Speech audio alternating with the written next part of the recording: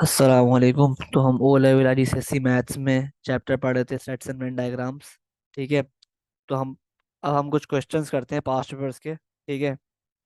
To understand the concepts better. सही है। तो ये आपसे कहता है क्वेश्चन में, एक यूनिवर्सल सेट है। क्या है set? X is an integer and X is greater than equal to 4 and less than equal to 16। ठीक है। तो ये इसने दी हुई एक्स की कंडीशन दी हुई है कि एक्स इंटीजर है और x lies between 4 and 16 inclusive, मतलब 4 16 भी शामिल है। सही है। तो एक और सेट है पी। पी दिया हुआ है उसने हमें कि x is a prime number, और एस दिया हुआ है X is N odd number, और टी दिया हुआ है कि x is a multiple of 3। ठीक है। अब वो आपको क्वेश्चन में कह रहा है, पार्ट वन में कहता है कि list all the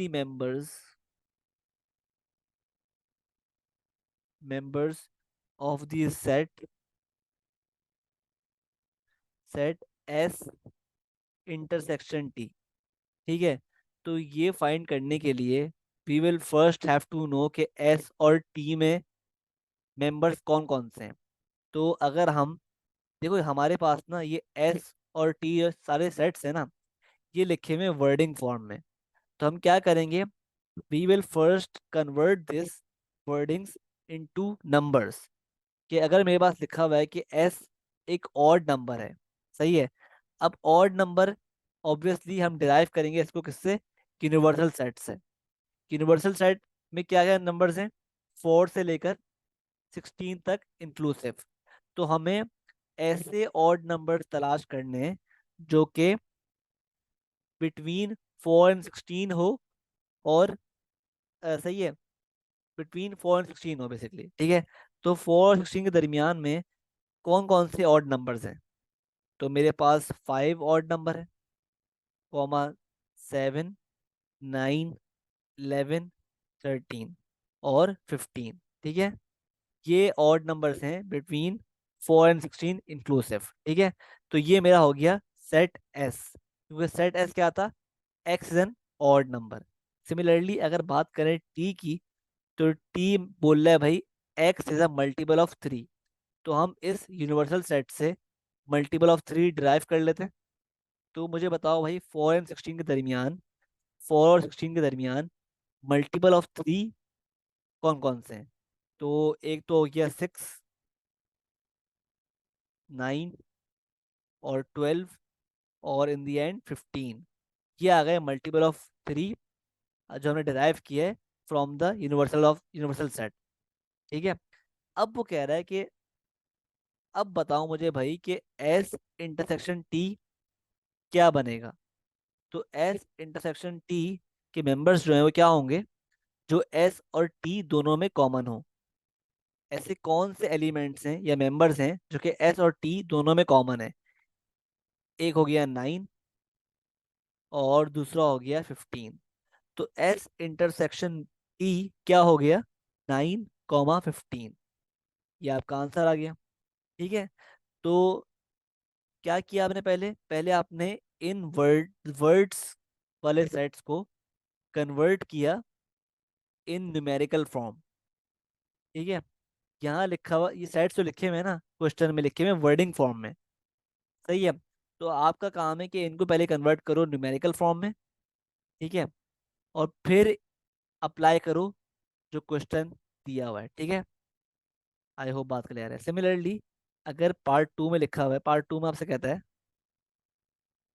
part two में कहता है आपसे कि describe in words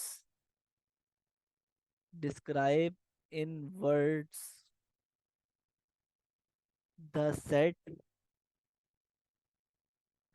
S complement. ठीक है। बेसिकली आपको एस कॉम्प्लीमेंट को जो है ना डिस्क्राइब करना है इन वर्ड्स। जिस तरह ये ऊपर वाला जो है, सारे को सेट्स है ना, ये वर्ड्स फॉर्म में डिस्क्राइब हुए हैं। ठीक है। इनको बेसिकली वर्डिंग्स में डिस्क्राइब किया गया है। ठीक है।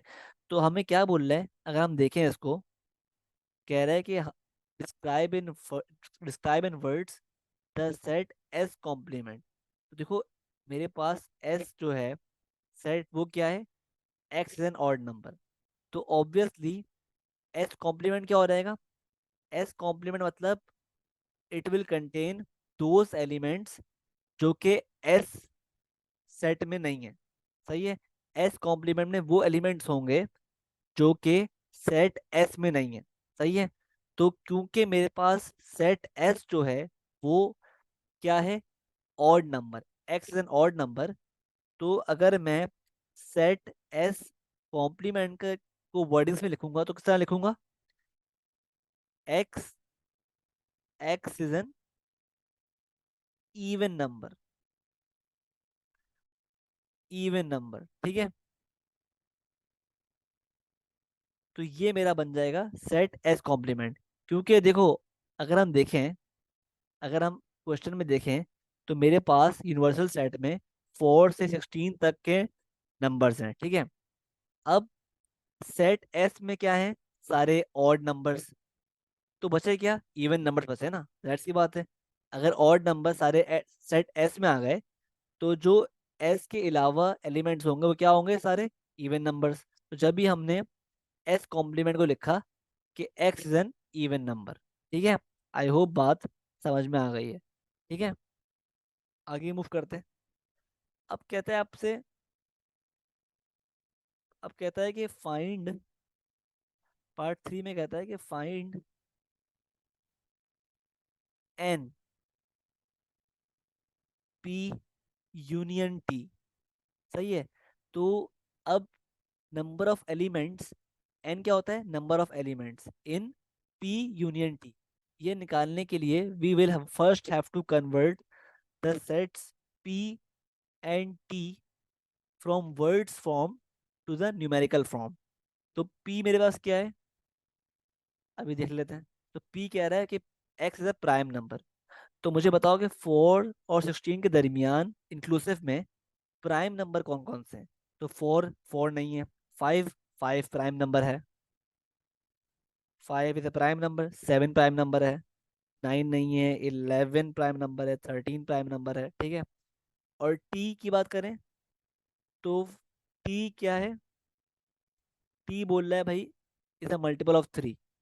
ठीक है, तो क्या हो जाएगा, टी क्या हो जाएगा, अभी निकाला था हमने, 6 9 12 15।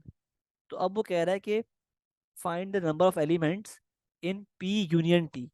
अच्छा, नंबर ऑफ एलिमेंट्स निकालने के लिए पहले हमें ये निकालना पड़ेगा, तो निकाल लेते हैं। तो पी यूनियन टी क्या हो जाएगा, स्टार्ट करेंगे फ्रॉम द स्मॉलेस्ट नंबर, 5 के बाद 6 और 7, 8 है, 8 नहीं है, 9, 10 भी नहीं है, 11 और क्या है, 12, 13 और 15। सही है, तो ये हमने निकाल लिया पी यूनियन टी। सही है, अब इसको काउंट कर लो, एलिमेंट्स को काउंट कर लो, 1 2 3 4 5 6 7 8। तो मुझे बताओ भाई number of elements in P union T क्या बना, 8। आपका आंसर 8 है बेसिकली। ठीक है, तो आई होप बात क्लियर हो गई है। ठीक है, कि किस तरह हम चीज़ों को देखते हैं। तो एक और सवाल है इस टाइप का आता है कि आपको आपको बेसिकली एक वेन डायग्राम बनाई हुई होती है। ठीक है, ये रहा ए, बी और सी। ठीक है, और आपको कोई कंडीशन दी होती है और कहा होता है कि शेड, शेड लेट से आपको क्वेश्चन दिया हुआ है, A complement union B complement intersection C. और कहा होता है कि आप शेड करें इसको वेन डायग्राम पे, इस कंडीशन को। तो अभी कर लेते हैं शेड इसको। ठीक है, तो कह रहा है भाई A complement union B complement, तो मतलब ए और बी तो शामिल नहीं होंगे। ठीक है, अब कह रहा है इंटरसेक्शन सी। ठीक है, तो इसमें शेड जो हिस्सा होगा ना वो क्या होगा, खाली है। सही है, खाली ये हिस्सा शेड होगा।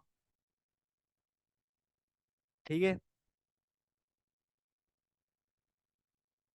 अच्छा ये सवाल देखो, ये बहुत बहुत ही सिंपल सा सवाल है। इसमें आपसे कहता है कि भाई the sets A and B are shown, ठीक है, ऑन द वेन डायग्राम, ठीक है। The element Y is such that Y is an element of A and Y is an element of, is not, sorry एक typing error हो गया, writing error basically. ये है not an element, सही है। तो पहले तो आप ये समझो, ये जो साइन सिंबल है ना, सिंबल है ये वाला, ये जो सिंबल है, ये होता है, इसका मतलब होता है is an element of, is an element of, ठीक है। तो ऑब्वियसली इसका मतलब क्या होगा, is not an element of, is not an element of, ठीक है। तो अगर मैं इसको इस तरह पढ़ूं, the element Y such that Y is an element of A and Y is not an element of B, ठीक है। तो खुद ही बता रहा है आपको साफ साफ कि भाई वाई ए का एलिमेंट है और वाई बी का एलिमेंट नहीं है। तो कह रहा है डायग्राम पर write Y in the correct region. तो ऑब्वियसली हमें कह रहा है भाई कि वाई एलिमेंट है ए का, लेकिन वाई एलिमेंट बी का नहीं है। तो अगर हम वाई को यहाँ बनाएंगे ना, तो ये गलत होगा। सिमिलरली अगर हम वाई को यहाँ भी बनाएंगे ना, तब तब भी ये गलत होगा, क्योंकि ये रीजन भी बी में लाई कर रहा है, सही है। तो हमें खास तौर पे वाई को यहाँ बनाना पड़ेगा इस रीजन में, सही है। और ये आंसर सही होगा आपका, ठीक है। आगे बढ़ते हैं, सही है। अब आपसे कहता है क्वेश्चन में कि एक यूनिवर्सल सेट है, डिस्क्राइब किया हुआ है इन वर्डिंग्स में कि x, x is an integer, ठीक है। एंड क्या वैल्यू है एक्स की, रेंज दी हुई है, X is greater than equal to, sorry, हाँ एक्स, हाँ 1, and X is less than equal to 8, सही है। और एक सेट पी है, वो दिया हुआ है, बताया हुआ है एक्स इज ग्रेटर देन 5, ठीक है। और एक सेट क्यू है जो बताया हुआ है वर्डिंग्स में, एक्स डिस्क्राइब किया हुआ है basically, X is less than equal to 3, ठीक है। तो पहला काम हम ये करते हैं, पहला काम आप ये करो भाई कि आप इन सेट्स पी और क्यू को ना क्या कर लो, न्यूमेरिकल फॉर्म में लिख लो, ठीक है। मतलब सारे नंबर्स फॉर्म में इसको कन्वर्ट कर लो। देखो आपको पता है भाई, यूनिवर्सल सेट जो है उसकी क्या रेंज है, 1 से लेकर 8 इंक्लूसिव, ठीक है। तो हमारा हमारे पास पी क्या है, पी इज ग्रेटर देन 5। तो 1 से लेकर 8 तक 5 से ऊपर नंबर कौन से हैं, तो 6 आ गया, 7 और 8 को भी हम मिलाएंगे, ठीक है। तो ये हो गया हमारे पास सेट पी, ठीक है, 6 7 8। सिमिलरली हमसे कहा हुआ है भाई कि सेट क्यू जो है वो X is less than equal to 3, less than equal to 3, ठीक है। तो क्या हो जाएगा, इसमें शामिल हो जाएगा 1 2 और 3, पी इंक्लूसिव है क्योंकि इक्वल्स टू का साइन है ना, तो 3 भी शामिल होगा, सही है। तो अब आपसे कह रहा है क्वेश्चन में, पार्ट 1 में कह रहा है कि find the value of N P union Q, सही है। Find the value of N P union Q. तो नंबर ऑफ एलिमेंट्स फाइंड करने के लिए I have to have P union Q. तो निकाल लेते हैं। पी मेरे पास है 6 7 8 और क्यू क्या है, 1 2 3। तो पी यूनियन क्यू क्या हो जाएगा, 1 2 3 6 7 8, सिंपल, ठीक है। तो हमारे पास एन पी यूनियन क्यू क्या आ गया, काउंट कर लो, 1 2 3 4 5 6, 6 इसका आंसर आ गया। अच्छा पार्ट 2 में आपसे कहता है, पार्ट 2 में क्या क्या बोलता है आपसे, पार्ट टू में कहता है कि list the elements, list the elements of P complement intersection Q complement. ठीक है। अब एलिमेंट्स लिस्ट करने P complement intersection Q complement. तो ये निकालने के लिए you should know the members of P complement and Q complement.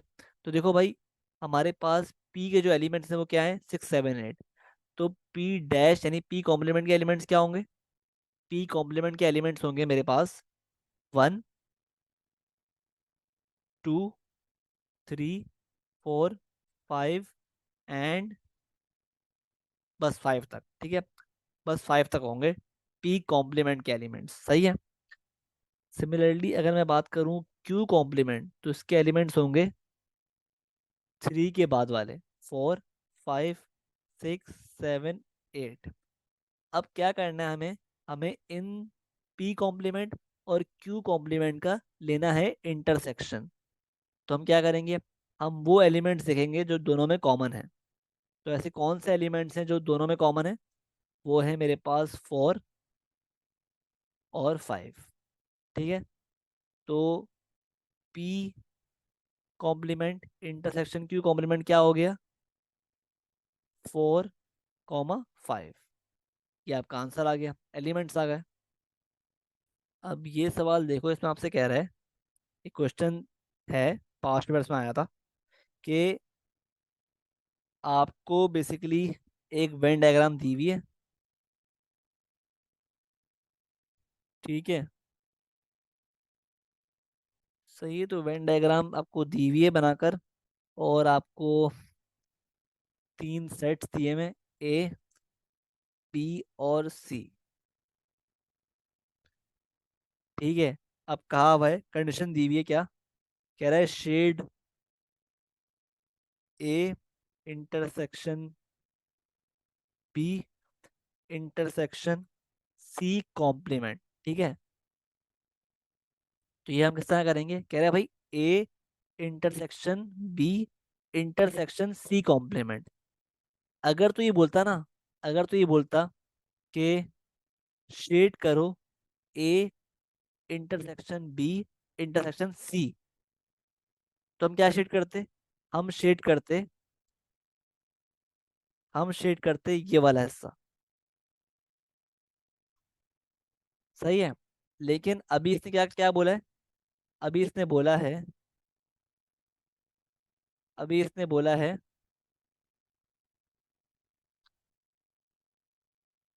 कि A intersection B intersection C complement करना है, मतलब सी के अलावा। ठीक है। तो इस केस में हम करेंगे इतना हिस्सा, ये पार्ट शेड। ठीक है। तो ये इसका आंसर हो जाएगा। आई होप बात क्लियर है। अच्छा, अब आगे बढ़ते हैं। आज अपना एक काम करते हैं, अपना अपना हाथ जो है ना वेन डायग्राम से सेट करते हैं, कि वेन डायग्राम्स का क्वेश्चन अगर आ जाएं तो किस तरह डील करना है हमको। ठीक है। तो स्टार्ट करते हैं। ठीक है, विद क्वेश्चंस। अगर आपको वेन डायग्राम दी हो इस तरह, और कहा हो दो सेट्स हैं पी एंड क्यू, और इसमें आपको शेड करना है पी कॉम्प्लीमेंट, तो क्या मतलब है इसका, कि पी के अलावा सब कुछ सेट शेड करना है। ठीक है, पी के अलावा हर चीज शेड करनी है। सही है।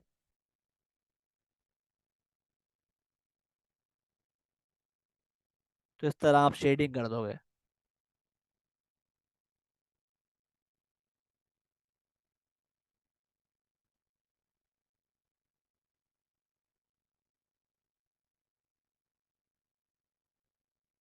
तो ये शेड हो गया। ठीक है, आगे बढ़ते हैं। अगर आपको अगर आपको वेन डायग्राम दी हो इस तरह,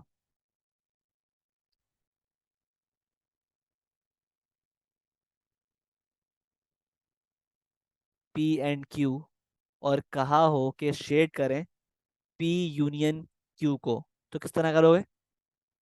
क्योंकि बात हो रही है यूनियन की ना, तो आप इसमें शेड करोगे, पी भी शेड करोगे और क्यू भी। ठीक है, आगे बढ़ते हैं। अगर आपको वेन डायग्राम कुछ इस तरह दी हो,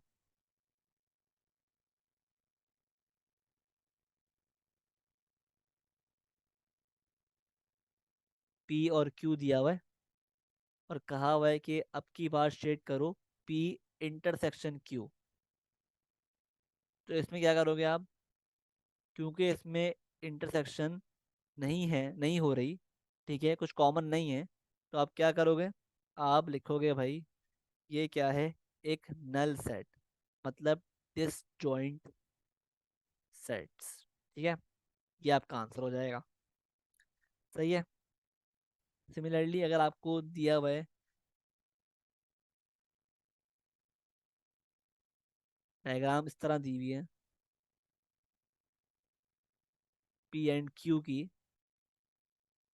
और कहा हुआ है कि शेड करो पी इंटरसेक्शन क्यू कॉम्प्लीमेंट, तो इस केस में आप शेड करोगे, क्या शेड करोगे? पी इंटरसेक्शन क्यू के अलावा।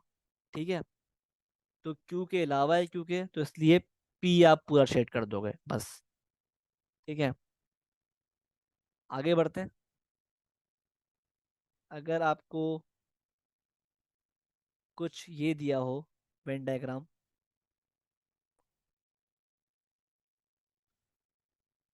पी और क्यू इस तरह दिया हो अगेन, और कहा हो कि शेड करें क्यू यूनियन पी कॉम्प्लीमेंट, मतलब क्यू यूनियन पी के अलावा सब कुछ, तो आप क्या शेड करोगे? ये पूरा शेड कर दोगे।